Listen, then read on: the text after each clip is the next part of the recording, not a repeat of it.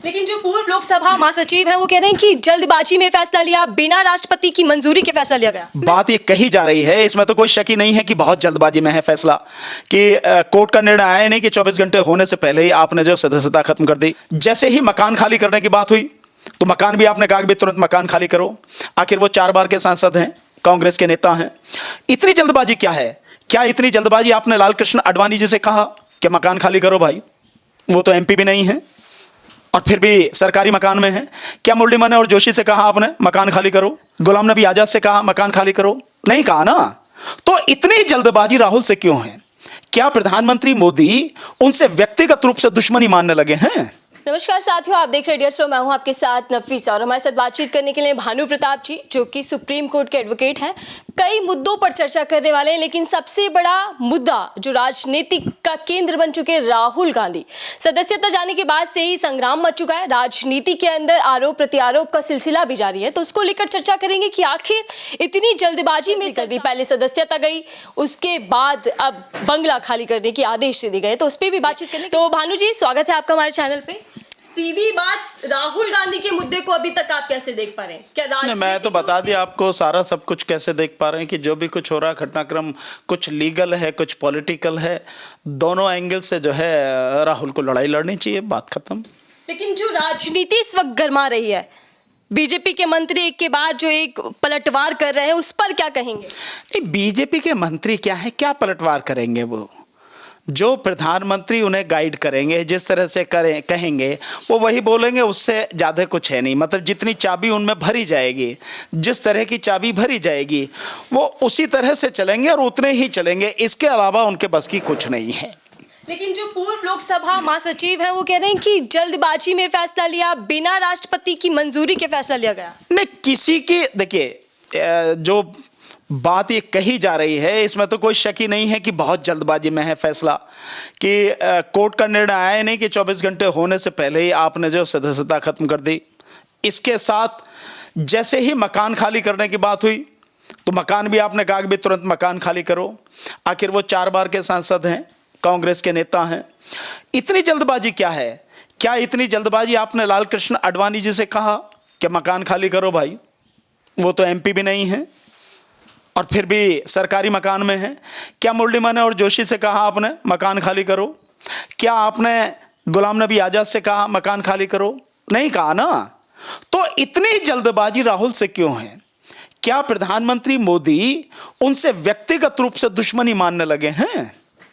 क्या इतने अंदर तक वो बात कि भाई एलारा कैपिटल में जो एलारा कैपिटल के माध्यम से जो 20,000 करोड़ रुपया है, जो 20,000 करोड़ रुपया अडानी डिफेंस के माध्यम से लगा है डीआरडीओ में और इसरो में, वो जो पैसा है वो किसका है? मतलब वो बात इतने अंदर तक छू गई। या प्रधानमंत्री को लगता है कि कहीं ये पता ना लग जाए कि ये पैसा, जब सारी इंक्वायरी होकर निकले तो पता लगे कि वो पैसा तो सिर्फ प्रधानमंत्री का ही है, किसी और का नहीं है। कहीं ऐसा तो नहीं है? अगर कहीं ऐसा ही है कि भाई वो पैसा प्रधानमंत्री का है, तब तो बड़ी गंभीर बात हो जाएगी। फिर तो ये भी सारी बात खुलनी चाहिए कि भाई बाकी और जो पैसा है वो वाकई में क्या अडानी का है या वो पैसा भी प्रधानमंत्री का ही है? तो मतलब जब एक के बाद एक परतें खुलनी शुरू होंगी और जेपीसी अगर बन गई तो उसके बाद में यही होना, एक के बाद एक परतें खुलेंगे।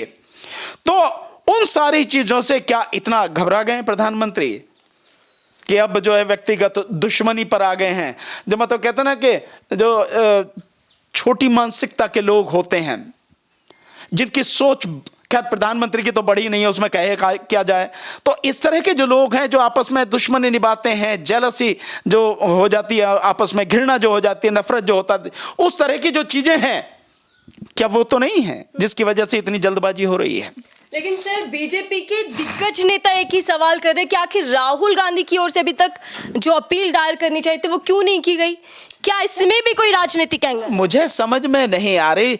बीजेपी में कोई दिग्गज नेता है? एक तो यही शब्द सवाल आप बड़े उठपटांग, अमित शाह को दिग्गज नेता है? कुछ नहीं है, वो कुछ नहीं है। जब प्रधानमंत्री मोदी ही कुछ नहीं है, वही दिग्गज नेता नहीं है, तो अमित शाह क्या होंगे? बीजेपी में कोई भी दिग्गज नेता नहीं है। जो नेता हैं बीजेपी में वो मानसिक रूप से गुलाम हैं, और गुलाम कभी भी दिग्गज नहीं हो सकता। और गुलामी वो किसकी कर रहे हैं आप ये सब चीजें जानते हैं। और रही बात इनकी, तो बीजेपी वालों को क्या दिक्कत हो रही है भाई? जो अपील का समय है वो 30 दिन का है। 30 दिन तक आप इंतजार कीजिए, 30 दिन के बाद बोलिए। आप अभी से बोले चले जा रहे हैं, क्यों जबरदस्ती? तू कौन मैं खामूखा? भैया तुम्हारा कुछ लेना नहीं देना नहीं, लेना एक ना देना दो, जबरदस्ती अभी कुछ नहीं है। 30 दिन का समय है, 30 दिन के समय में उन्हें अपनी अपील फाइल करनी है, कर देंगे।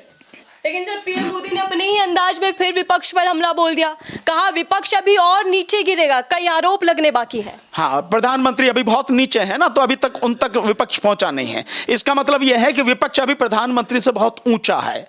अब प्रधानमंत्री इतने नीचे पे हैं तो उन्हें जब तक मतलब विपक्ष वहां तक आ नहीं जाएगा तब तक उन्हें दिखाई नहीं देगा विपक्ष। यही है इसका मतलब, यह है ना। प्रधानमंत्री अपनी प्रधानमंत्री पद की गरिमा पूरी तरह से मिट्टी में मिला चुके हैं।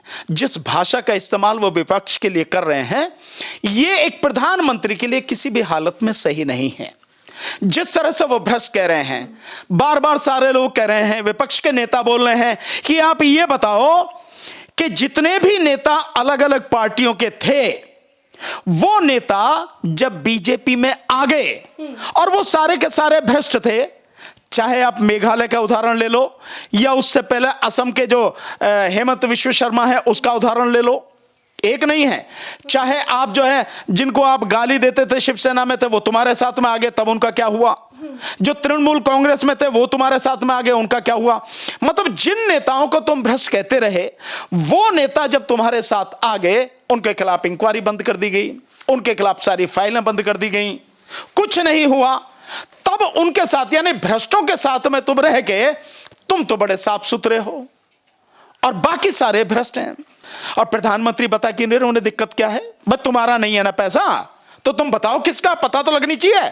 लेकिन विपक्षी नेता तो सारे एक मंच पर आ गए हैं, वो भी भ्रष्टाचारी कहकर संबोधित कर रहे हैं पीएम मोदी। पीएम जब भ्रष्ट, वो कहना चोरों को सारे नजर आते हैं चोर, तो जो सबसे बड़ा चोर है, जो सबसे बड़ा झूठा है, जो सबसे बड़ा मतलब आप कहते हैं ना वो बेवजह की फालतू फंड की बातें करने वाला व्यक्ति है, लंबी लंबी फेंकने वाला व्यक्ति है, गप हाँकने वाला व्यक्ति है, वो व्यक्ति औरों को चोर कह रहा है।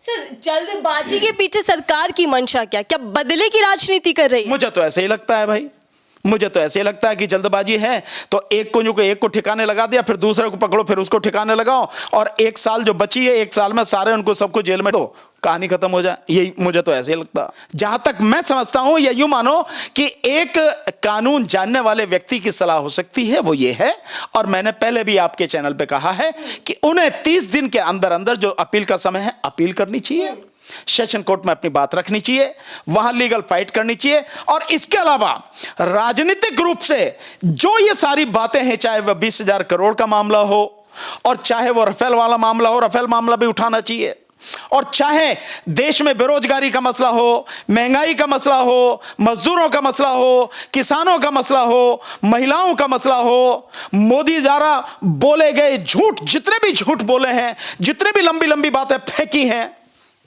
जितना भी देश को गुमराह किया है, उन सारी चीजों को आप पॉलिटिकली उठाओ, इसमें क्या दिक्कत है? जितना भी बेरोजगारी का मसला है उठाओ, सारा सब कुछ उठाओ, तो पॉलिटिकल एंड पर वैसे लड़ो, तभी बात आएगी समझ में।